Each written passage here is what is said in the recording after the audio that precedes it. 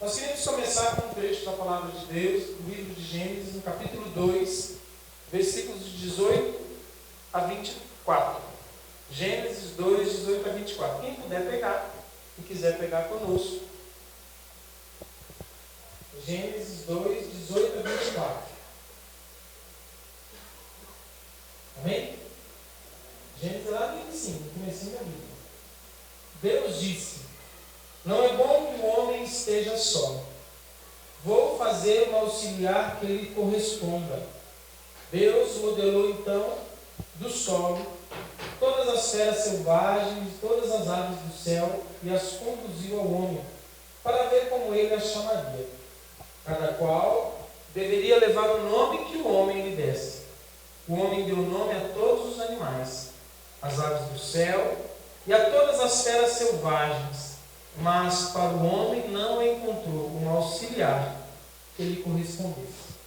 Então Deus fez cair um torpor sobre o homem e ele dormiu. Tomou uma das suas costelas e fez crescer carne em seu lugar.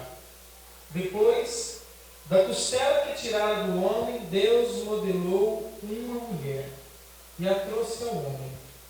Então o homem exclamou: esta sim é osso de meus ossos e carne de minha carne. Ela será chamada mulher, porque foi tirada do homem. Por isso o homem deixa seu pai e sua mãe, se une à sua mulher, e eles se tornam uma só carne. Palavra do Senhor. Graças a Deus. É interessante esse trecho de Gênesis, apesar de ser um trecho poético. Ali não tem uma verdade histórica, mas tem uma verdade de fé, né? A gente sabe que nesse trecho de Gênesis não está um fato científico de criação, mas está um olhar verdadeiro de fé e de poesia que tem verdade. Tem verdade nele a partir de um olhar de fé. Deus queria para o homem uma ajuda, um auxiliar, uma companheira que ele fosse correspondida, que correspondesse a ele, que fosse igual a ele. E aí Deus mostra todos os animais, e o homem põe o nome em todos os animais, mas não acha nesses alguém que lhe complementasse, alguém que lhe fosse igual. Então Deus dá um sonho para o homem, que tira uma costela, e da costela faz a mulher. E a mulher, quando o homem a vê, ele disse: esse é osso dos meus ossos, carne de minha carne, se chamará mulher. Ontem, preparando essa pregação, eu descobri por que chama mulher. Porque do hebraico, mulher é o feminino de homem. Porque nós, no português, homem e mulher, palavras que não tem nada a ver uma com a outra, não é isso? Mas no hebraico, homem é Ish, né? E mulher é Isha. Então, por isso mulher, feminino do homem. E às vezes no português não tem nada a ver, nem no inglês também, mas na língua original da palavra, né? Nos primeiros escritos do hebraico, mulher é o feminino de homem. Agora uma pergunta para vocês: por que da costela? Hein? Para ficar do lado? Por que do lado? Nem em cima, nem embaixo. Nem na frente, nem atrás. Para ficar do lado. E interessante que a costela são os ossos que protegem o coração, certo? Certo? Então Deus foi romântico desde a criação. Por isso nós temos que ser românticos. Né? Desde a criação Deus foi romântico. A costela está tatuada. Não para estar nem em cima nem embaixo. Para não estar embaixo, para não ser pisado pelo homem. Para não estar em cima, para não achar que é melhor e superior ao homem. Mas para estar do lado. Deus nos criou para caminharmos lado a lado. Um junto do outro. Então, a Carla falou que eu posso continuar. Não quer falar nada ainda. Mas ela vai falar, viu, gente? Pode ficar tranquilo. Essa criação de Deus nos fala de um amor incondicional. E a primeira coisa que eu quero que você entenda, nós vamos partilhar um pouco agora sobre a harmonia conjugal, sobre a harmonia no relacionamento. Mas a primeira coisa que eu queria que você entendesse é que Deus te criou por amor. que Ele te ama infinitamente. Que Ele te criou imagem e semelhança dEle. E isso não é qualquer coisa. É um Deus que é uma pessoa, que te conhece, que sabe quem você é, e que quando pensou em você ter alguém, Ele pensou isso por amor. Por amor. Porque Ele quer que você seja uma pessoa amada e feliz. Entenda isso. Quando a gente olha para um projeto de Deus, um projeto de juntar um homem e uma mulher, a gente precisa entender que isso é um projeto de amor. Ele sabia que não conseguiríamos ser felizes sozinhos. Por isso ele pensou no homem e falou, eu tenho que dar uma ajuda que ele correspondesse. Por quê? Porque ele não sabia que o homem não conseguiria sozinho. E é esse Deus que se relaciona conosco, esse Deus que caminha ao nosso lado, esse Deus que desde a criação, mas que ainda hoje se preocupa com você, com a sua felicidade, porque Ele te ama, te fez único. E tem uma pessoa única se a sua vocação é o matrimônio. E aqueles que já são casados, essa pessoa que Deus te deu é única, porque Ele sabe que você é único. Entenderam? Conseguem entender essa beleza de um Deus que me ama, que me conhece e por isso pensou nessa linda vocação que é o matrimônio. Que é uma linda vocação. Que não é mera ideia nossa, que não foi você que pensou, quando eu vi a Carla, apaixonei. Isso foi semente de Deus. Isso estava escrito num projeto de Deus para a minha vida, porque Ele sabia que eu só seria feliz e só conseguiria um dia voltar para o céu e estar com Ele se eu vivesse a minha vocação junto da Carla. Existe um mistério muito maior nessa união entre homem e mulher. Vivemos como se fosse um acaso, né? O nosso encontro fosse um acaso, e não é. Deus nos apresentou, Deus nos colocou lado a lado, Deus nos escolheu para caminharmos nessa vida, para chegarmos um dia ao céu juntos. Né? E aqui colher os frutos, dar frutos, né? Dar frutos para o Senhor.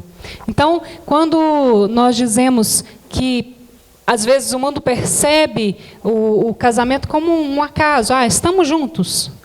Não, é um projeto de Deus, um sonho de Deus. Essa pessoa que está ao seu lado, se já é casada com você, é um sonho de Deus.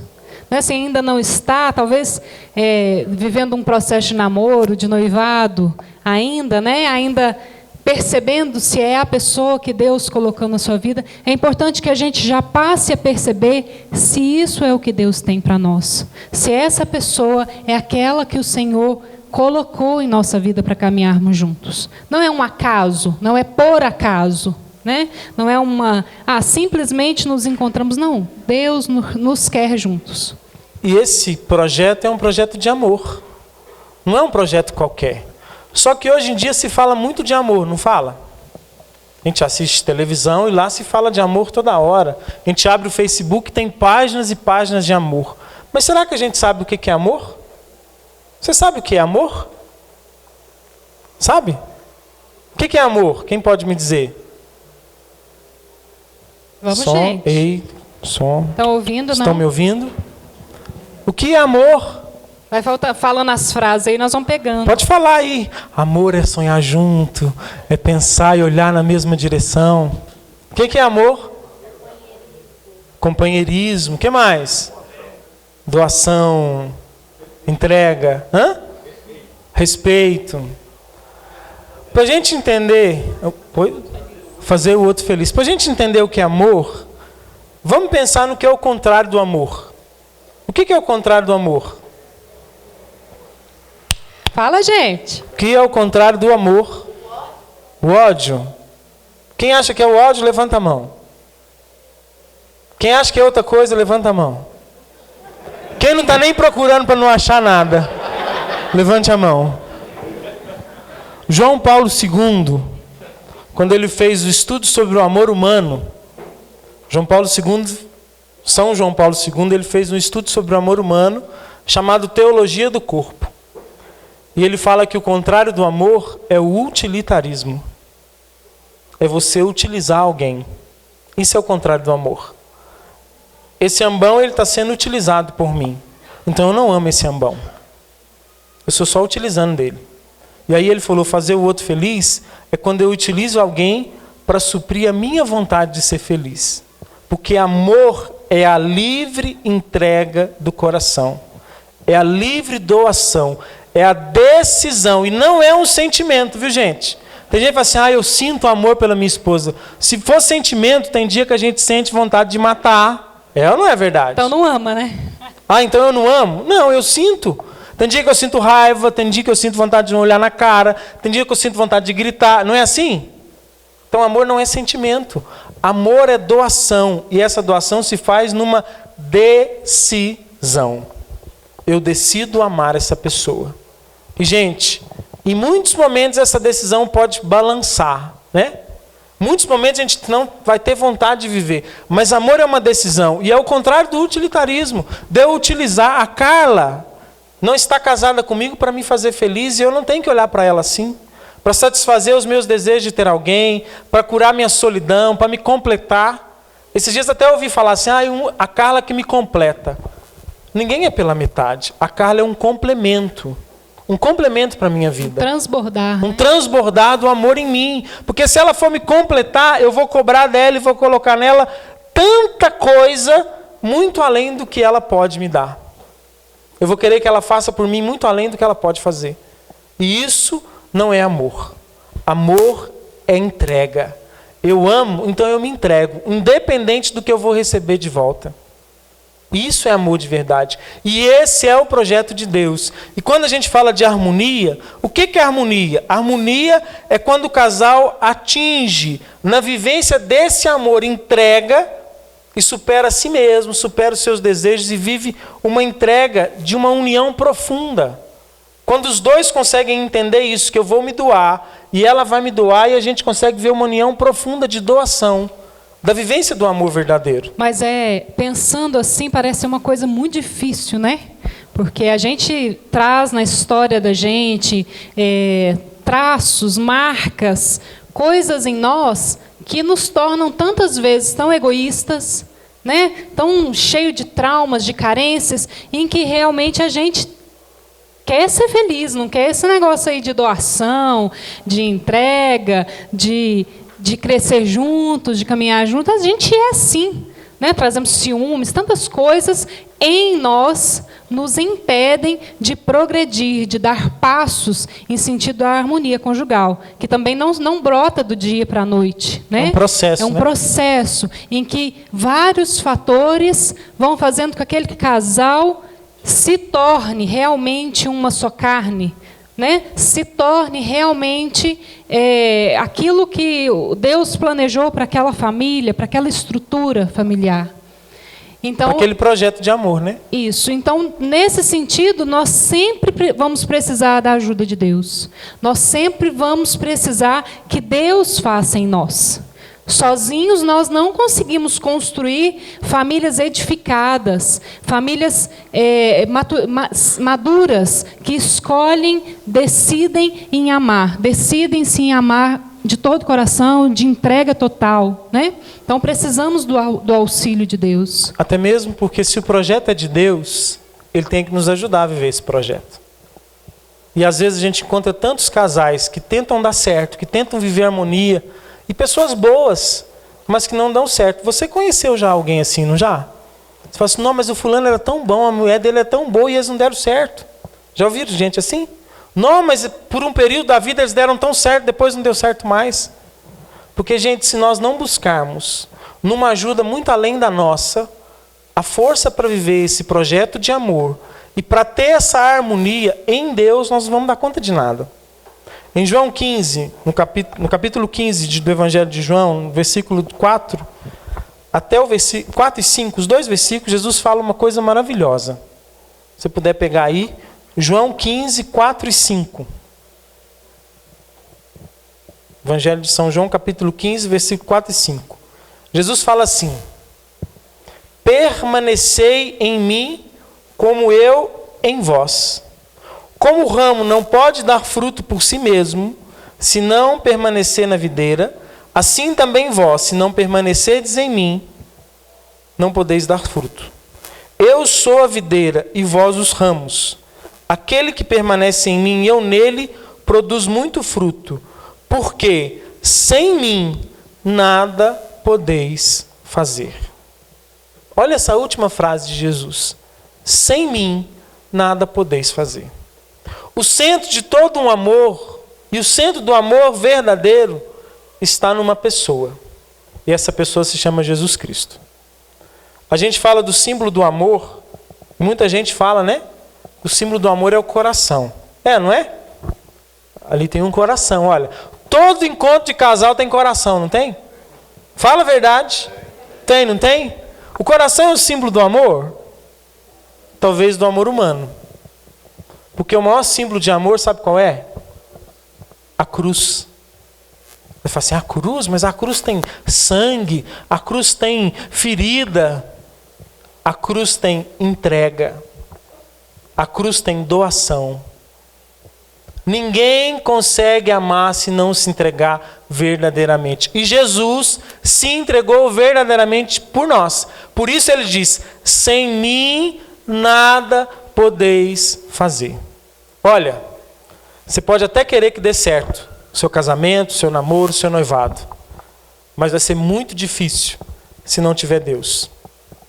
Por isso que tanta gente dá tanta cabeçada nos seus relacionamentos, porque não busca em Deus a raiz, a fonte, a certeza do amor.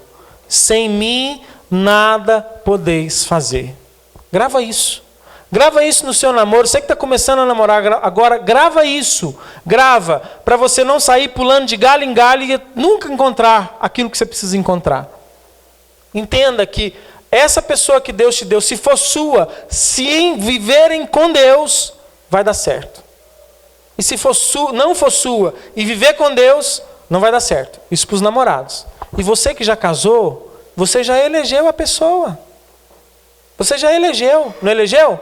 Quem aqui é casado? Levanta a mão. Parabéns para vocês. Tem gente aí casada mais tempo, há menos tempo. Essa pessoa já está eleita, não está? Agora falta só dar certo. Se Deus ajude que tenha dado certo até hoje. Mas entendam isso. Sem Jesus nada podemos. Não tem harmonia conjugal completa se não tiver Deus. Porque tem coisas no seu coração que essa pessoa não vai preencher. Tem coisas aí dentro de você que essa pessoa não é capaz de te dar. Tem hora que eu vou cobrar da Carla, se eu não tiver Deus, coisa que é só Deus que vai me dar. A segurança que eu preciso ter nela, a confiança que eu preciso ter nela, as carências que eu tenho de uma história vivida com os meus pais, com a minha família, porque a gente traz isso para um relacionamento, né?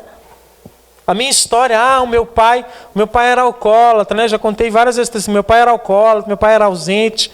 Aí eu trago tudo isso para o meu relacionamento e quero que a Carla supra essa carência de amor que eu trago da minha história.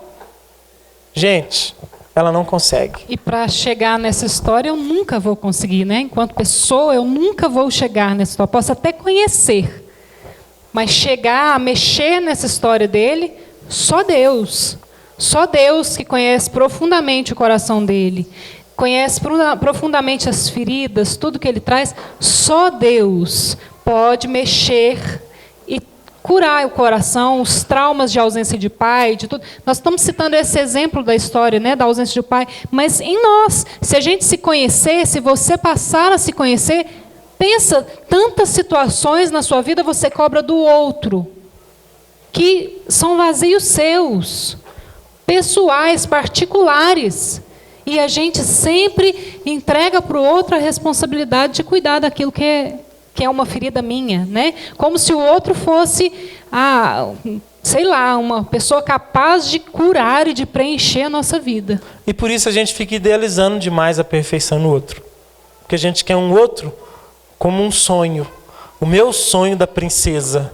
A princesa que vem pronta, que vem ornada, que vem maravilhosa, a mulher, o príncipe que vem pronto, porque a gente idealiza, porque a gente acha que aquela pessoa, e irmãos, tem tanta gente no mundo hoje que às vezes se entrega a alguém achando que tudo vai se resolver. E olha, o outro não vai resolver tudo. Deus vai resolver tudo.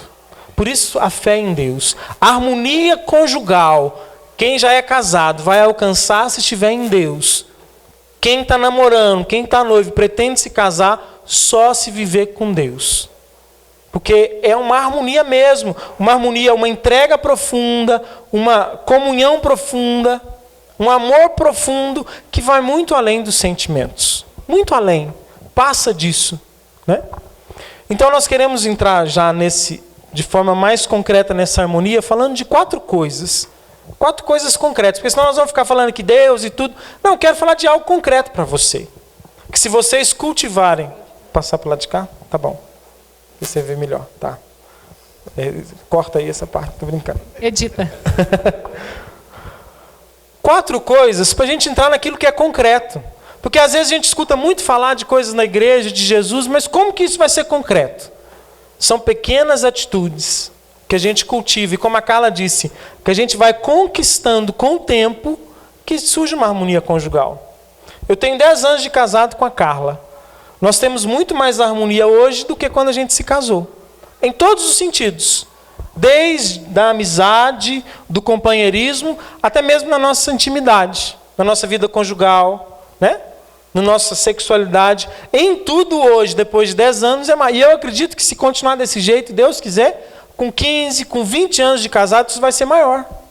Por quê? Porque a gente vai cultivando algo. Então, isso que nós vamos falar é para ser cultivado. Não é para sair daqui do Kairos hoje e falar assim, agora mudou tudo. Agora nós sabemos tudo, nós temos a receita, o bolo é só colocar no forno e assar. Não. Irmãos, amor, harmonia, companheirismo, não é mágica. Não é mágica. É construção. E construção passa pelos seus momentos que às vezes a gente nem vê que está acontecendo, não é? Quem já construiu sabe disso. Vai fazendo alicerce, vai fazendo base, vai fazendo tudo, e a gente fala, não, mas tem 1 mês que está mexendo, tem 2 meses e não vi nada. Não é assim? Às vezes é assim no nosso relacionamento. Nós vamos fazendo a construção, e às vezes a gente não vai vendo. Só quando está no acabamento que a gente começa a achar, nossa, essa semana de acabamento, a construção correu rápido. Mas ninguém imagina o que está ali por trás daquele acabamento. Não queira ir logo para o acabamento. Construa raízes. Construa bons alicerces e tenha paciência para ir construindo, mas mais do que paciência, tenha vontade para construir. Então, as 4 coisas. Quer começar? Primeira coisa que nós, colocamos... Tem mais coisas, viu, gente? Fala assim, então se eu viver essas 4, tem harmonia conjugal? Não. Nós trouxemos 4 coisas que a gente acha importante viver em Deus para ter uma harmonia. Na verdade, a gente já até disse a primeira, permanecer em Deus, caminhar com Deus, a presença de Deus é o fundamento principal, é construir o alicerce. Talvez não seja a primeira, mas seja a base de tudo. Exato. Em todas as outras 4, precisa ter isso. Deus. Vida de fé, né? Isso. Pode Primeiro falar. É o respeito. O respeito, ter o outro como alguém importante. O outro é alguém a quem eu devo um respeito, um cuidado, uma dedicação, um respeito, valorizar o outro, perceber no outro algo importante. Perceber que o outro tem importância não só na minha vida, mas na vida de outras pessoas. Uma valorização da pessoa. Até interessante que uma das perguntas que o padre faz para a gente é essa. Você lembra? Promete amar-te e respeitar-te. Respeito. Acontece muito que com o tempo de relacionamento, a gente perde o respeito. Começa a usar adjetivos desrespeitosos com o outro, né? O padre Léo até dizia que quando namora, os bichinhos é pequenininho. Depois que casa, os bichos crescem. Já ouviram falar desse ditado do padre Léo? Quando namora é gatinha, né? Ô, minha gatinha. Depois que casa, vaca. Cresceu bastante, não cresceu? Vocês estão rindo, mas quando vai aumentando a intimidade, a liberdade, já acabou a conquista, tende a se perder o respeito.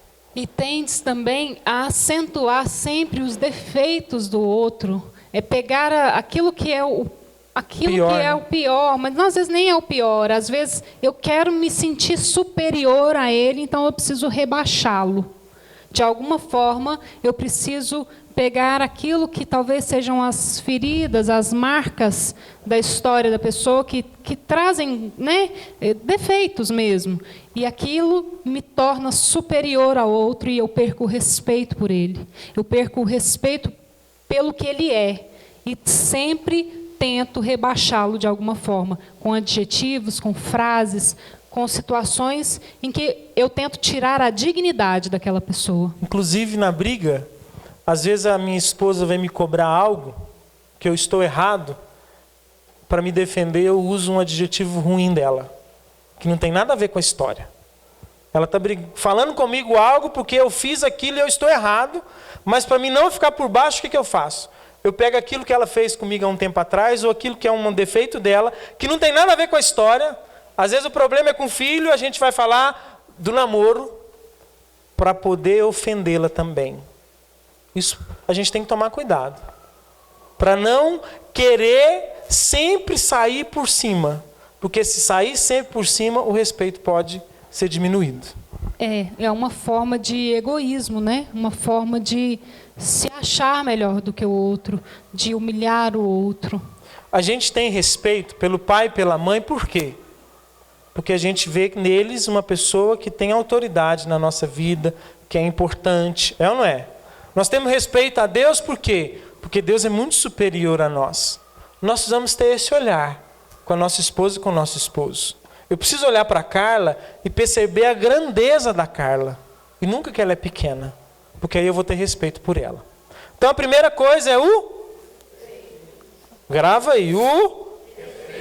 Segunda, o cuidado e o carinho. O cuidado com o outro e o carinho. Que também precisa ser cultivado, precisa ser sempre crescente. Eu falei do bichinho, né? Que é pequenininho no namoro, depois cresce. A gente tem que sempre manter esse carinho, esse cuidado com o outro. De preocupar com a Carla, saber como ela está, o que ela está fazendo, se ela está bem, se ela não está bem. Isso é cuidado. Às vezes a minha esposa está com uma cara de cansada. Eu preciso ter o cuidado de saber, de ajudá-la. Isso é cuidado. O carinho de saber que roupa que ela gosta que eu visto. O perfume que gosta que passa. Que passa, né? Ah, o corte de cabelo que ele gosta. Sabe, isso é carinho, gente. Às vezes a gente fica tão querendo ser só você, um egoísmo tão grande que esquece do outro, né? Ah, o que ele gosta de comer? O que ele gosta de que eu faço para ele? Como que ele gosta da gente estar junto? Ceder de si para ser carinhoso com o outro. Palavras delicadas, né? Romantismo. A mulher gosta muito disso, né? De receber afeto, carinho em palavras, em gestos. E às vezes esquecemos na nossa correria do dia a dia, esquecemos de dizer algo, que seja uma mensagem, às vezes pelo WhatsApp, né? Em que eu posso, de alguma forma, demonstrar um carinho, demonstrar uma atitude de eu me importo com você. Não no sentido de cobrar para preencher o coração, não é nesse sentido, mas de demonstração daquilo que está dentro, deixar vir para fora aquilo que está dentro do seu coração. E alguns de nós temos dificuldade, até por criação, por sei lá, por vários fatores, temos dificuldade de expressar, homens principalmente têm dificuldade de expressar, de colocar para fora. E é importante que a gente tente expressar esse carinho. Ou seja, querer que o outro esteja alegre. Alegrar o outro, né?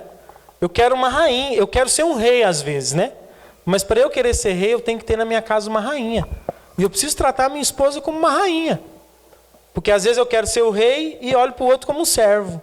Como aquele que vai fazer o que eu gosto que faça. Não, vamos olhar pelo contrário. Se eu vou ser rei, então eu tenho que ter uma rainha. São João da Cruz dizia que quem planta amor, colhe amor. Às vezes a gente quer só colher, esquece de plantar. Ah, eu quero tanto que a minha esposa esteja cheirosinha para mim quando eu chegar em casa, esteja bonitinha, mas e eu? O que eu faço para isso acontecer? Às vezes chega em casa e só encontra ela cansada, esgotada, porque trabalhou o dia inteiro, olhou o menino, teve que fazer janta, lavar roupa. né, às vezes não conseguiu colaborar em nada, conseguiu ajudar em nada. Não lava um copo, né? Isso. E também é um gesto de carinho, né? Também é um gesto de doação, perceber o limite do outro e sem exigir sempre, exigir que ela esteja à minha disposição, ou que ele esteja à minha disposição, sem eu entender tudo que se passou no dia. Não é verdade? Isso. Então, a segunda coisa, cuidado e carinho. Vamos falar de novo? Isso. Terceira coisa, conhecer o outro. Ah, tá. Você queria... Esse aqui é desse aqui. Ah, tá. Não, do cuidado e carinho esquecemos. Às vezes, gente, uma coisa que atrapalha o cuidado e o carinho são as reclamações. Eu acho que quem é casado aqui não escuta reclamação, não. Escuta dentro de casa? Por que vocês estão rindo, gente? Gente, não tem nada pior do que alguém reclamando na nossa orelha, não tem? Alguma coisa pior que isso? Isso é o oposto de carinho, sabia? Tem hora que a gente reclama de tudo. Às vezes o outro ou a outra faz algo para nós e nós estamos reclamando. E quando não reclamamos dele, reclamamos da vida, de tudo. São reclamações constantes. Gente, às vezes a esposa prepara uma comida toda gostosa e a gente lembra só do que não tem. Né? Às vezes ela fez uma carne e a gente lembra daquela que não tem. Não é isso que acontece às vezes? Só por vontade de reclamar. Olha, é um carinho também elogiar, mesmo que não é o que você estava esperando. Às vezes você queria frango, tem carne moída, mas elogia a carne moída. Não reclama que não tem frango. É muito melhor. Isso é carinho. Valorizar o que o outro fez através de elogios. E não desvalorizar através de reclamação. Não, mas nós vamos sair, mas você pôs logo essa roupa? Ah, não. Queria que você pusesse aquela. Para, mesmo se você queria aquela outra, não é falsidade não, gente. Ah, não, então tem que ser falso. Nossa. Não, não é falsidade. Mas é querer um exercício de agradar e não de ser agradado. Porque tem hora que a gente só quer ser agradado. É agradar e ser agradável, né? Não ficar comparando. Nossa, mas isso, gente, isso mata. Não, mas você viu o marido da ciclana? Como é que ele estava? Nó, que homem bom. Para. Comparar o outro com qualquer pessoa que seja. E vou dizer mais. A gente que é casado costuma comparar com a mãe ou com o pai da gente. Quer matar a sua esposa, homem. Você falou, não, mas minha mãe quando fazia essa comida, não era boa demais. A esposa já olha, já quer vontade de jogar a comida em cima da cara do sujeito. É ou não é verdade? Porque ela é única e ela não vai ser a sua mãe. Ela vai ser melhor em um tanto de coisa e pior num tanto de coisa. O carinho também é de valorizar o outro sem ficar reclamando do outro. Sem ficar comparando o outro com outras pessoas. Sem ficar cobrando do outro aquilo que ele às vezes não pode te dar. Entenderam? Então, respeito, primeiro. Segundo, cuidado e carinho. Terceiro, Carla vai falar. Conhecer o outro. Para conhecer o outro, passa primeiro por conhecer a si próprio, né? Primeiro precisamos nos conhecer, saber os nossos limites, saber nossos defeitos, nossas qualidades, e a partir de conhecer a si próprio, conhecer o outro. Porque também, se não nos conhecemos, sempre fazemos uma imagem distorcida do que vemos. Importante conhecer os seus limites e tentar conhecer o outro. Essa pessoa que está com você é única, cheia de defeitos e cheia de qualidades, cheia de virtudes, cheia de pecados. Não querer exigir que o outro seja alguém que não é, porque está com você. Não, conhecer exatamente o que é, o que está dentro, o que traz toda a história, como ele vive, o que ele gosta, o que... Sei lá, o que se passa dentro da cabeça dele. Até porque a gente só ama quem a gente conhece. Hoje é tão interessante que as pessoas estão nos relacionamentos tão rápidos que depois de beijou a pessoa umas 2, 3 vezes já fala que ama. E não ama nada. Nós só amamos quem conhecemos. E olha, quando você se relaciona com alguém, quando você se casa com alguém, você se casa com uma história. Não é só com uma pessoa. E essa história precisa ser conhecida. Eu preciso saber quem o outro é de verdade. O que ele já viveu. Então nós precisamos nos abrir e sermos verdadeiros. Gente, não há nada pior no relacionamento quando a gente descobre algo do outro depois de tantos anos. A gente fala assim, gente, mas como é que eu não sabia disso? Como que você escondeu isso de mim? É ou não é ruim? Parece uma traição. Então nós não temos que ter falsidade. Principalmente quem está namorando aí, pelo amor de Deus, antes de casar, se mostre. Se revele. Sem medo, porque senão você vai destruir você mesmo, não é o outro. Eu preciso conhecer e eu preciso me deixar conhecido. Olha, minha história é essa. Minha mãe e meu pai faziam isso. Lá em casa era desse jeito. A minha história é assim. Eu já vivi isso na minha vida. Eu já tive tantos relacionamentos. Aí conta mais ou menos. Aí depois está lá casado, encontra com um sujeito ou com uma sujeita na rua e fala: oi, tudo bem? Oi. Quem que é essa? É uma ex que eu tive. Espera aí, uma ex? É importante saber dos ex e das ex, sabe por quê? Para criar segurança e não insegurança. Porque quando a gente tem algo escondido, sabe o que a gente gera no outro? Insegurança. É ou não é? Mas por que você não me contou dessa pessoa? Ela foi tão especial que você ficou com medo de me falar? Não é esse o sentimento que gera? É ou não é verdade? E olha, gente, não existe nada que esteja escuro que não venha à luz. Não existe nada que esteja escondido que um dia não vai ser conhecido. Nós estamos vendo o nosso Brasil aí, ó. Todo mundo sabia que esse povo roubava. Não sabia? Nem tanto. Nem imaginávamos que era tanto. Mas não existe nada. Eu posso sustentar uma mentira sobre mim, sobre a minha história por algum tempo. Não por o tempo todo. E o pior, quando a mentira cai, quando a falsidade cai, de repente, sem ser às vezes de forma transparente, ela pode destruir algo que era lindo e maravilhoso. Não tenha medo. Se a pessoa que está com você, você que está namorando ainda, está com você, se ela é para ser sua, ela vai ter que te conhecer totalmente e vai te amar do jeito que você é, com a história que você traz. Confiando na escolha de Deus também, né? Confiando que Deus cuida de nós, que Deus dirige os nossos passos, que Deus cuida da nossa vida. Né? Nessa confiança, nessa entrega. E também em conhecer o outro, não só a história negativa, aquilo que foi ruim, mas conhecer o outro no sentido dos sonhos, aquilo que a pessoa espera. Eu lembro quando a gente foi começar, a gente já tinha uns 2 anos de namoro, a gente foi na Canção Nova e estava tendo um encontro, aí o pregador falou que era para conversar os casais sobre os sonhos, os projetos, aquilo que o outro queria da vida.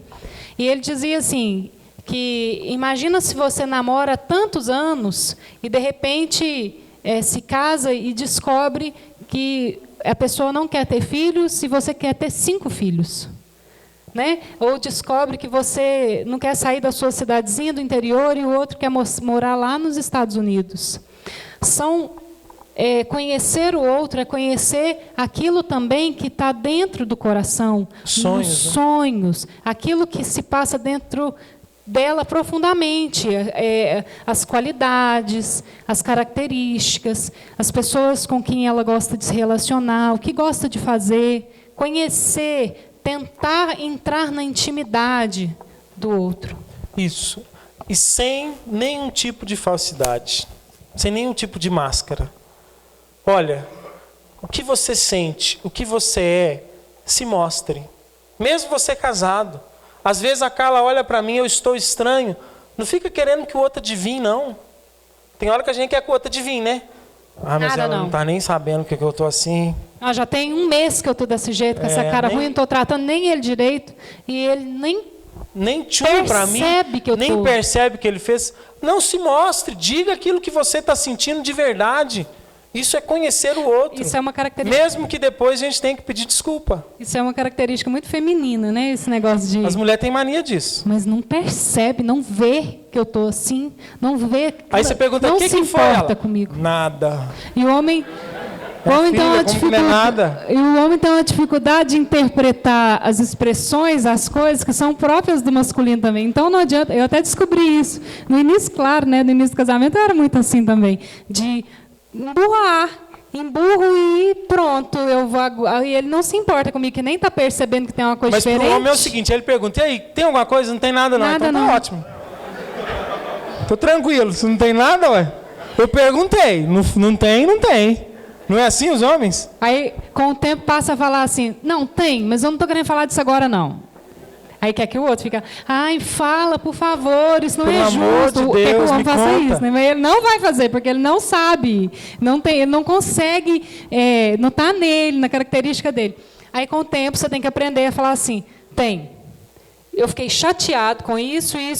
Pode ser bobo para você, mas para mim tem importância. Isso. É simples. Isso é conhecer o outro. E esse conhecer o outro envolve também essa questão da diferença do homem e da mulher. Isso, as características são próprias masculinas, as características são próprias femininas, dizem muito da nossa harmonia, porque o homem não pensa como a mulher, e a mulher não pensa como o homem. Né? Em várias situações da vida, somos completamente diferentes. E isso é conhecer o outro.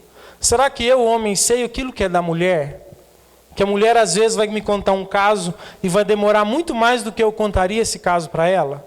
E eu tenho que ter paciência para ouvir o caso dela. Né? Aqui vocês estão juntos, mas quando ela vai, por exemplo, num encontro sozinha, ela vai te contar tudo o que aconteceu lá durante meia hora. E você tem que ouvir, porque isso é da mulher, e eu preciso conhecer isso dela. E a mulher conheceu o homem que, quando ela perguntar para ele se algo foi bom, como é que foi, onde ele foi, ela vai falar, foi ótimo. E encerrou o assunto. Claro Você quer que, me esconder gente, alguma coisa? isso é conhecer o outro e saber que o outro é diferente de mim e saber que o outro vai ouvir diferente de mim, enxerga o mundo diferente de mim. Homens e mulheres enxergam o mundo completamente diferentes um do outro. A mulher não vê as coisas como a gente vê. O homem não vê as coisas como as mulheres veem. Não sentem do mesmo jeito. Isso é conhecer o outro, querer que o outro faça igualzinho eu faço, pense igualzinho eu penso. Gente, não é. Somos diferentes em tudo. Em tudo. Isso é do homem e da mulher. E esse conhecer envolve isso. Porque quando eu conheço, eu começo a amar. Porque aquilo que falta em mim, homem, em termos de sensibilidade, em termos de detalhes, tem na mulher. E aquilo que falta nela em termos de razão, de pensar às vezes antes de agir, tem em mim. É isso que vai fazendo as coisas darem certo. Mas um sabendo isso do outro também para melhorar. Se eu sei que ela gosta de ouvir os detalhes das coisas, eu posso falar um pouco mais, ao invés de encerrar o assunto numa pequena frase. É ou não é? E se ela sabe que às vezes eu não dou conta de ouvir todos os detalhes que aconteceram na festa, ela pode diminuir também um pouco. Não é engraçado, mas é fato. E nós vamos trabalhar isso um com o outro. Então, primeiro é o quê?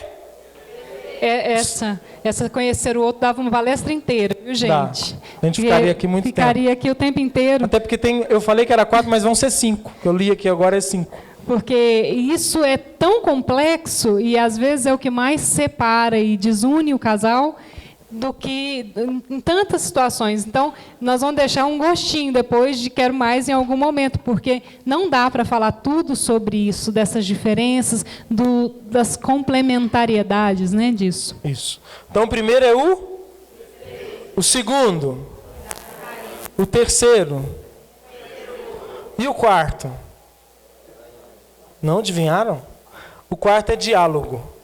Ai, todo mundo fala de diálogo. Toda pregação para casal fala de diálogo. É verdade. E é verdade mesmo. Fala muito mesmo.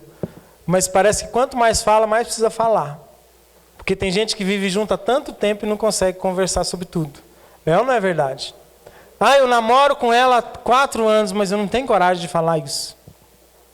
Tem isso? Ah, eu já cansei de falar, não falo mais sobre esse assunto com ele, com ela. Não tem isso? É diálogo. Gente, diálogo é uma das coisas que mais precisa ser construída no relacionamento. Até porque para conhecer o outro, precisa de diálogo. Para ter cuidado e carinho com o outro, precisa de diálogo. Para ter respeito com o outro, precisa de diálogo. E tem gente que ainda não consegue conversar. E sabe por que eu acho que está tão escasso o diálogo na vida dos casais? Porque hoje em dia os namoros, os relacionamentos começam de qualquer jeito. Numa noite já se começa tudo. E aí, quando está há meses juntos, é que começa a necessidade de conversar alguma coisa, de resolver um problema. E aí o diálogo fica mais difícil. Né? O diálogo tinha que vir antes. Antes de namorar com a pessoa, eu devia primeiro conhecer ela, ser amigo dela e ter um pouco de diálogo com ela. Aí depois talvez seria mais fácil. Mas nós vamos falar do diálogo um pouco mais dinâmico, até para a gente não ficar repetindo diálogo. Nós vamos falar de coisas que dificultam o diálogo e de coisas que fazem o diálogo ser frutuoso. Primeiro, o que dificulta. Primeira coisa, não aceitar o outro como ele é. Tem gente que fica o tempo todo querendo mudar o outro, né? Mas por que você... Por que você não é desse jeito? Por que você não muda? Por que você não é diferente? É a primeira coisa que dificulta o diálogo. Olha, se você escolheu essa pessoa, você escolheu como ela é. E não para mudar ela. Tem gente que, eu amo muito a Carla, mas ela tem que mudar. Então, peraí, meu filho. Para por aí. Eu amo ela e ela não vai mudar, porque ela é aquela pessoa. E isso ajuda no diálogo, eu entender quem ele é. É claro que situações que incomodam o casal, é importante que haja um diálogo no sentido de tentar superar grandes vícios, grandes situações. Quando a gente diz, tem que me conformar com o que ele é até em quesitos, né? Em situações, por exemplo, a pessoa é alcoólatra, né? Bebe muito e... Se eu quero estar com aquela pessoa, eu tenho que me conformar com o alcoolismo? Não. Você precisa trabalhar junto no sentido do casal superar esse defeito, né? Se for ainda no namoro, às vezes é possível dar um basta. Eu não quero isso para a minha vida. Eu não quero tal situação para a minha vida. É tão interessante. Eu não consigo suportar essa situação. Se for no casamento, é importante sim, mas não é com uma briga, com grandes discussões, que a pessoa vai superar o alcoolismo, por exemplo, né? É um trabalho em conjunto. Mas é fato, você que namora, se tem algo nele ou nela que você quer que mude, ou muda antes de casar, ou não vai mudar. Porque tem gente que fala assim, quando casar melhora. Quem é casado aí responde para nós, quando casar melhora? Algumas coisas pode até ser que melhora, mas nesse quesito de defeito, aí que a gente vai descobrir que tem um tanto que a gente nem sabia. Não é verdade? Segunda coisa que atrapalha o diálogo. Tem gente que tem tanta entrega ao trabalho que às vezes chega em casa e não consegue dialogar. É o trabalho demasiado e o cansaço. Quantas vezes, isso muito do homem, nós homens chegamos em casa cansados, porque a gente faz mais do que precisa, e aí a gente não quer nem conversar. Só que isso é todo dia, vira rotina, né? Todo dia está cansado, todo dia não quer conversar. Para! Você precisa ter dedicação e tempo para conversar. Eu me lembro que eu sou uma pessoa que dorme muito fácil. Eu durmo muito fácil.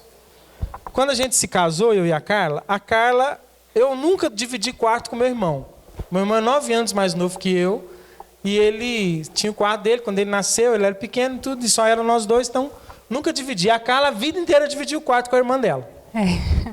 E aí essa questão do cansaço, o meu não é nem tanto cansaço, eu durmo mesmo. Cansado ou não, eu durmo. Aí a gente ia dormir logo no início do casamento, né?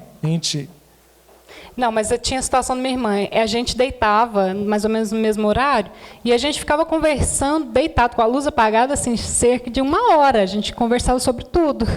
Eu e minha irmã. Passava o dia limpo ali, né? Passava o dia limpo. A gente conversava e depois acaba que, no meio da conversa, a gente dormia. Então, estava muito acostumada a conversar depois que eu Então, aí a gente entrava para o quarto, os dois, deitava na cama, apagava a luz, e a Carla ia querer conversar comigo.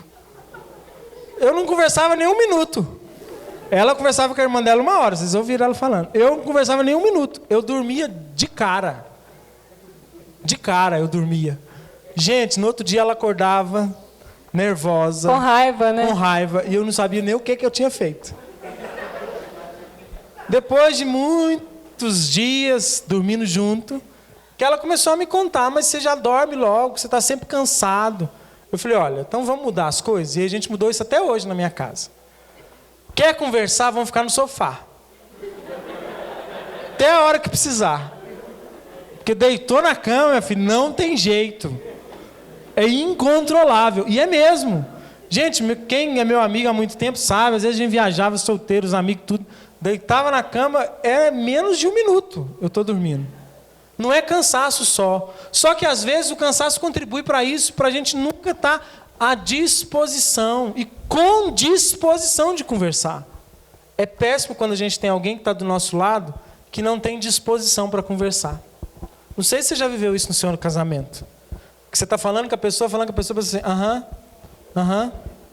é. O que eu falei? Gente, para de cutucar o rapaz aí do lado, fica chato. Mas nessa situação aí de dormir, é um exemplo da falta de aceitação do outro como ele é, né? Nesse sentido, eu acho que cabe perfeitamente. Eu tive que entender que se o Du deitar na cama, ele vai dormir. Não, e ela sofreu, gente, porque ela gostava. Sabe uma coisa que você gosta? Ela gostava de ficar lá no escuro batendo um papo. E eu, meu filho, não tem jeito. E não era eu nem sei se eu gosto, porque eu nunca dei conta. Pra falar a verdade. E não era defeito, né? E também não é defeito meu gostar de conversar à noite, porque é o horário que a gente acalma e vai falar alguma coisa, vai contar da vida. Claro que hoje a gente conversa... Problema. Tinha dia que tinha um problema para resolver, ela estava brava com alguma coisa, ela começava a falar e eu dormia. Ela falava, mas você não está dando importância para os problemas? Eu falei, não, eu até dou, mas eu não dou conta de ficar acordado. Na cama não tem jeito de conversar. Então é uma característica, eu tive que aceitar essa característica dele, né? E também entra em conhecer o outro. Outra coisa, impaciência. Gente, é péssimo você estar conversando com a pessoa está sem paciência para te ouvir. É ou não é? Você está falando, a pessoa está olhando o relógio, a pessoa começa a falar... É ou não é? Gente, nós temos que correr. Então, impaciência. Estão lembrando nós do tempo. Terceira coisa, falta de tempo para uma boa conversa. Tem gente que tem tempo para tudo, né? Chama para ver um futebol, tem tempo. Chama para jogar bola, tem tempo. Chama, mas vamos conversar. Ah, não, agora não dá tempo, não. Né? Não, mas agora? Agora você quer conversar? Não, agora não dá tempo, não. Mas às vezes também não é só boa conversa. A pessoa já corre, porque já sabe, isso principalmente nós mulheres, né? Porque a gente sempre tem que estar dando lição de moral e reclamando e xingando, tal. Então corre da conversa. Às vezes não é boa a conversa, né? A conversa, não, na verdade nunca é conversa, é briga. O tempo inteiro é briga, não é conversa. Então faz parte da gente também aprender a conversar, a conversar conversas boas e ruins, sem sempre querer ter razão, sem sempre se julgar certo, né, e o outro sempre errado. É claro, a pessoa vai correr da conversa mesmo, porque as conversas não são tão boas, né? Claro que tem que falar dos problemas, mas também tem que partilhar a vida. Ser amigo, né? Gostar de estar junto, ser bom estar junto. Outra coisa, vida social intensa. Ah, mas tem que ter vida social. Tem que ter vida social, tem que ter amigos, mas tem que ter hora que tem que ficar só os dois. Tem gente que não dá conta de fazer umas férias, viajar junto, só o casal. Tem gente que não dá conta de sair no final de semana, só os dois. Sempre tem que ter um tanto de gente em volta. E nunca tem tempo para ficar só os dois. Eu e a Carla, desde quando a gente começou a namorar, o dia dos namorados é um dia que saía só nós dois. E a gente tinha vários amigos que gostavam de sair um tanto de gente junto. Mas é preciso ter o dia só dos dois. Estão entendendo? Quem tem filho também. Tem dia que os filhos têm que ficar longe. Ó, os filhos hoje vão ficar ali na casa da vovó, da titia, para ficar só os dois.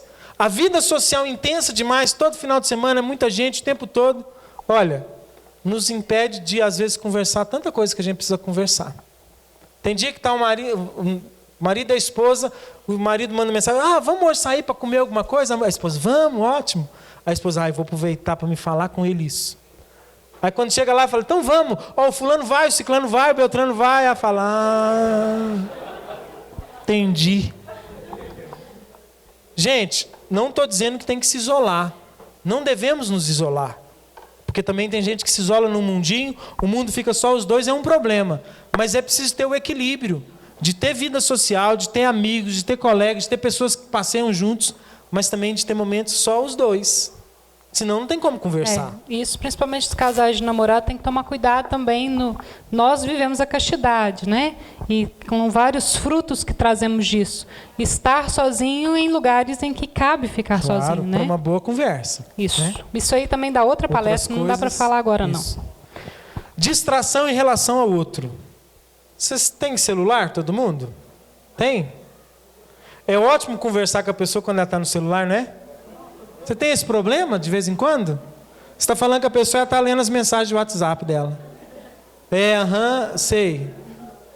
Ah, tá. Ele abriu até o WhatsApp de verdade. Abriu o WhatsApp de verdade. Aí terminou o assunto, a pessoa não sabe nada que você disse, ela estava distraída.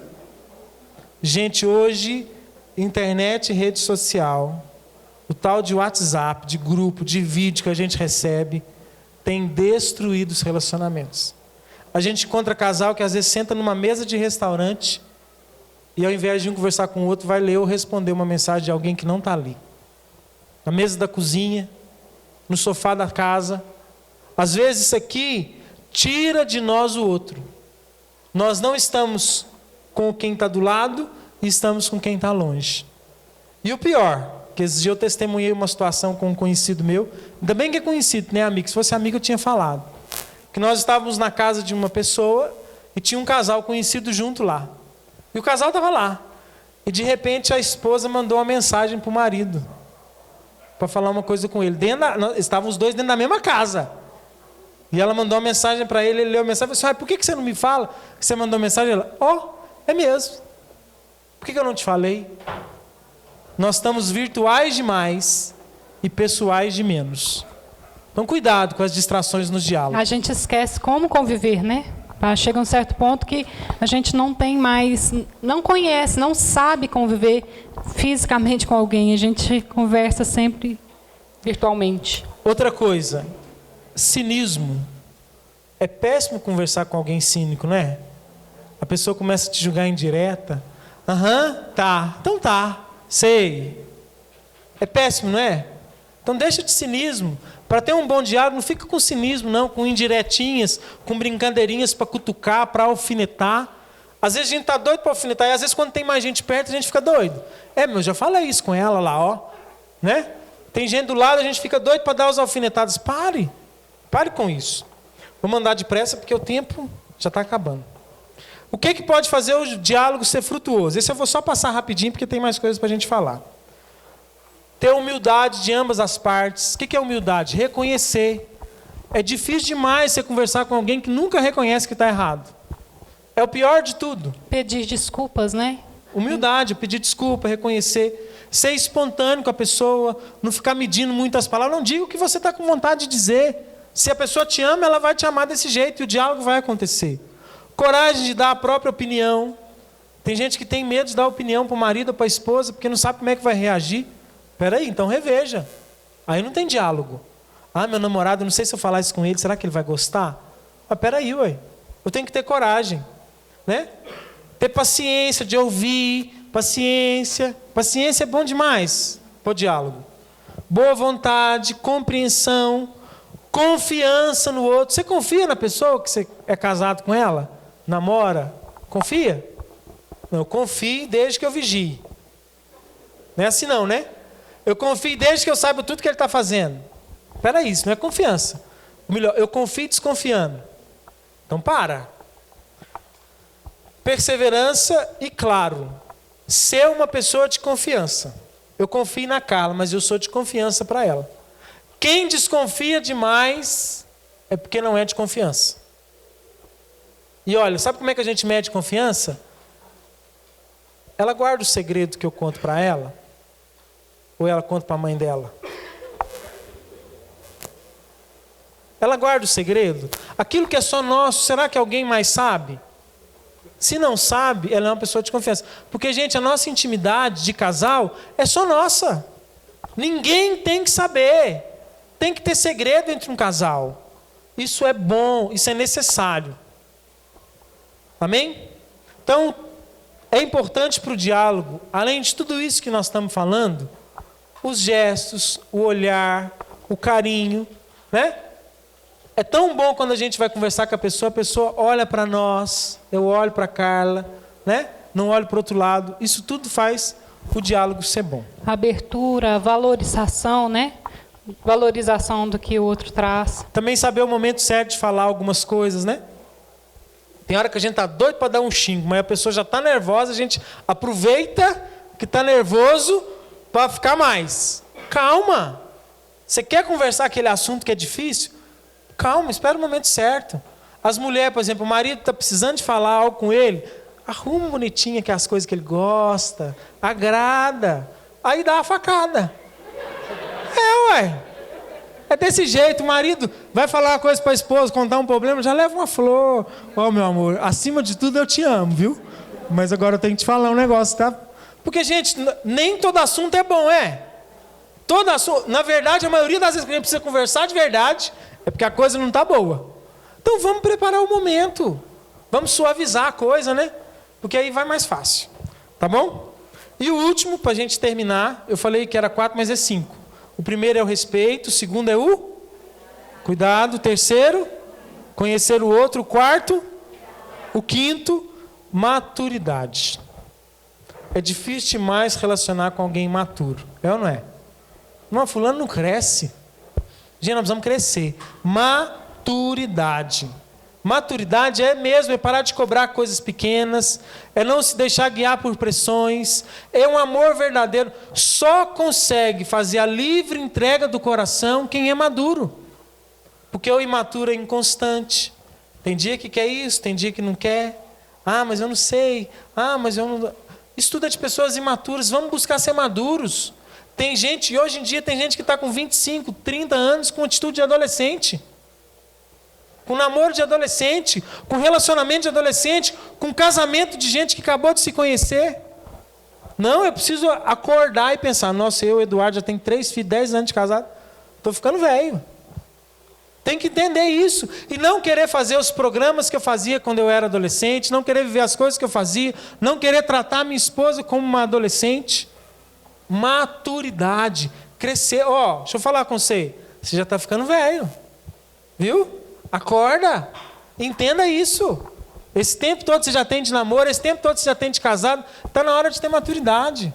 Maturidade para olhar para frente e pensar, isso não é para mim mais, isso não me pertence mais. Eu me lembro quando a gente foi num casamento e o Padre Carlos, né, disse uma frase que depois a gente sempre usa nas palestras, em que ele falava assim, se aquele lugar onde eu vou não cabe a minha esposa ou o meu esposo, aquele lugar não é para mim. Aí eu fiquei, gente, mas que interessante. Aí eu pensando assim, porque se existe lá, naquele ambiente, algo que vá feri-la ou feri-lo, eu não posso compartilhar daquele pensamento. Por exemplo, uma roda de amigos em que ali tem conversas obscenas, sei lá, em que a minha esposa não poderia ouvir aquilo. Eu preciso me abster daquele lugar, né, daquele espaço. Ou um espaço em que as mulheres vão falar tanto da vida dos outros, tal, que o meu marido nem gostaria de estar ali. Eu preciso me abster daquele lugar, porque aquilo feriria o nosso relacionamento. Tem coisa até assim, isso é coisa de homem. Coisa de homem casado é onde a mulher dele pode estar. Coisa de homem comprometido é onde a mulher dele deve estar. Pode estar. Mas aquele bar que eu vou não dá para levar minha esposa, então não dá para você ir lá. Então não dá para você entrar naquele lugar. Porque nós, como homens comprometidos, eu só posso estar onde a minha mulher puder estar comigo. Conversar os assuntos que ela pode ouvir. Porque se tem algo que não pode para ela, não é para mim. Isso vale para os namorados também. Para começar a experimentar isso antes. Mas porque lá é coisa de homem, assunto de homem. Calma. Às vezes é meio duro falar isso. O dia que o padre falou isso lá no casamento, eu fiquei pensando, depois eu fui ver que é isso mesmo. Sabe por quê, gente? Nenhum mal entra na nossa vida grande. Nenhum mal entra na sua família grande. Ele vai entrar em pequenas coisas. E são nesses pequenos ambientes que vai semeando coisa dentro de nós, ilusões, paixões, que depois, lá na frente, a gente não consegue controlar. Depois, lá na frente, a gente não consegue controlar. Não pense você que, por exemplo, uma pessoa que trai a outra, o grande problema foi a traição, que não foi. O grande problema foi as brechas que foram se dando desde quando começou aquilo ser semeado no coração dela até o final. Porque ninguém acorda de manhã e fala assim, hoje eu vou trair minha mulher. Ninguém acorda de manhã com esse pensamento. Isso vai sendo digerido dentro da pessoa. Isso vai crescendo dentro da pessoa, até ela ter coragem de fazer. A não ser que seja uma pessoa que já faz isso há muitos anos, aí pronto. Mas começou em algum lugar. Mas né? começou com alguma coisinha. Começou de um assunto, começou de um amigo que falou, não, mas você não acredita não, que a mulher é assim, se assado. E aquilo começou a alimentar aquilo, alimentar na cabeça. Por isso que tem certos ambientes que não é para gente comprometida. Que não é para gente comprometida estar. E gravem isso. Tem certas coisas que a gente vê na internet, se a minha mulher não pode ver, eu também não posso. Ontem eu estava num retiro de recém-casados, nós fomos fazer uma pregação, e um padre celebrou a missa, o padre Charlie, celebrou a missa antes, ele disse uma coisa que a gente sempre fala, mas ele arrumou a frase que combina para os nossos ambientes virtuais. Sabe o que ele disse? Traição virtual é traição real. Não pense você que as conversinhas que você tem pela internet não é traição, porque é sim. Porque é sim. Traição mesmo. Ah, mas o meu ex-namorado, minha ex-namorada... Engasguei, desculpa. Aquela pessoa, aquela mulher que eu conheci, aquele vídeo que eu recebi. Se a sua mulher não pode ver aquilo que você está fazendo, ou se o seu marido não pode ver, é traição. Não pense você que traição é só o ato em si, não é. Jesus disse, se desejar no seu coração, já está desejando. Não é isso que ele falou? Dos 10, já está pecando, né? Não cobiçar a mulher do próximo. Se cobiçar no seu coração, você já está pecando. Aí eu pergunto, isso é uma fraqueza mais dos homens, inclusive. A pornografia e tantas coisas na internet. Eu pergunto para as mulheres, é ou não é traição? Uma traição virtual. Um videozinho que eu recebi dos meus colegas lá, daquela mulher pelada. Você fica confortável, mulher, saber que seu marido às vezes vê vídeo assim? Nunca. Então é traição. E nós precisamos tomar corpo de maturidade. Isso é maturidade. Porque essas coisas às vezes cabia lá e era compreensível, mesmo não sendo certo, porque não era certo, lá na adolescência. Agora, depois de comprometido, nós precisamos tomar ar de homem e de mulheres comprometidos. Maturidade também é sinônimo de compromisso. Quando eu me comprometo com o outro, exige-se de mim que eu tenha atitudes maduras em relação ao outro. Quando eu me comprometo com alguém, eu preciso abrir mão de outras coisas. Quando eu me comprometo com alguém, eu me comprometo com uma pessoa. E, às vezes, instintos nossos, ira, gula, situações em geral, tiram de nós essa maturidade, nos tornam pessoas imaturas, que não sabem lidar com o outro como alguém importante, como alguém cheio de valores, né? Então, queremos trazer nesse momento esse maturidade caminhando junto com um compromisso. E isso, irmãos, é importante demais a gente entender. Porque só está pronto para amar de verdade quem está disposto a renunciar. Por que o homem e a mulher têm que ter filho depois de casado? Não é só porque moram juntos, não. Porque há um ar de maturidade, certo? Eu estou pronto para casar, eu estou pronto para ter uma família, eu estou pronto para ter um filho. Sabe por quê? Isso que a Carla falou da renúncia. Quem aqui tem filho, levanta a mão. Você já renunciou a algo pelo seu filho? Renunciou à festa que você queria ir? Renunciou à roupa que você queria comprar? Não já renunciou? Não, deixei de fazer aquilo que eu mais gostava por causa deles. Nós precisamos levar isso para o nosso casamento. Renunciar pelo outro. Amar é isso. E isso é maturidade. Maturidade de parar de pensar em mim para pensar no outro. Uma criança, gente, ela não consegue dar nada para o pai e para a mãe. Um bebê acaba de nascer, não é? O bebê acabou de nascer. O que ele consegue dar para o pai e para a mãe? Nem abraçar, nem beijar, nem às vezes nem olhar. Ele é imaturo. Ele é imaturo. O imaturo quer sempre ter, sempre ganhar. O maduro é aquele que está disposto a doar, a se entregar. Então renuncie. Se precisa renunciar a ambientes que você gosta de ir por causa da sua esposa, do seu esposo, renuncie. Se precisa renunciar às vezes coisa que você gosta, mas que você vê que atrapalha o seu relacionamento, renuncie. Isso é maturidade. Maturidade de quem diz para o outro: eu estou pronto para te assumir na minha vida. Eu estou pronto para assumir os compromissos que eu fiz de homem casado. E não mais um homem que vive às vezes segundo os ventos e as paixões e as propagandas que o mundo faz para mim. Precisamos ser maduros. E maduros de verdade. Sem mim, nada podeis fazer. Tem coisas que a gente falou aqui que talvez vocês já estão cansados de ouvir e até de viver. Mas talvez tem umas que vocês estão pensando assim: não, eu preciso melhorar nisso. Eu preciso crescer nisso. Eu preciso que isso seja melhor. Sem Jesus, nada podemos fazer. Que você hoje acolha como um projeto de Deus esse seu relacionamento. Não um projeto seu. Os que são namorados, se é de Deus mesmo, que permaneça. Se não é de Deus, que acabe. Os que são casados já é de Deus, não tem jeito mais. E se é de Deus, e o projeto é dele, Ele quer te ajudar. E eu peço ao Senhor que hoje renove em nosso coração o amor. Nos dê a graça de perdoar aquilo que o outro fez conosco, que a gente precisa perdoar. E olha, perdoar, gente, sabe o que é perdoar? E a maturidade do perdão diz isso. Perdoar é não falar assim: não, mas está perdoado. Mas toda vez que ela briga comigo, eu lembro que ela fez aquilo comigo. Aí não é perdão. Ah, o ano passado você fez isso comigo. Não, para.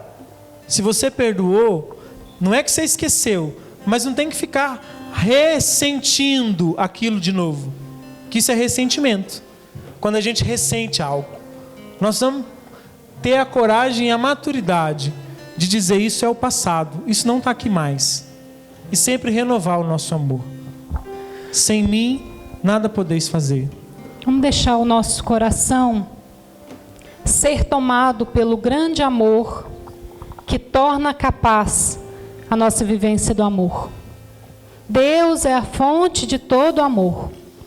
Tanta coisa que dissemos aqui é tão difícil, principalmente no mundo em que vivemos hoje, em que tudo isso é contraditório, né?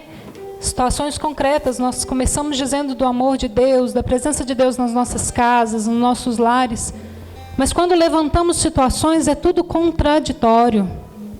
Tudo contraditório.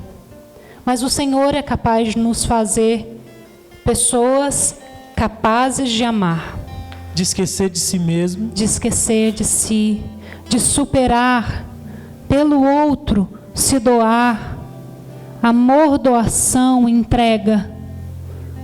Por isso deixa nesse momento o Senhor tocar o seu coração. Se abra ao toque de Deus. Para que Ele possa trabalhar aí o que precisa ser perdoado, o que precisa ser superado, o que precisa ser transformado no seu coração também.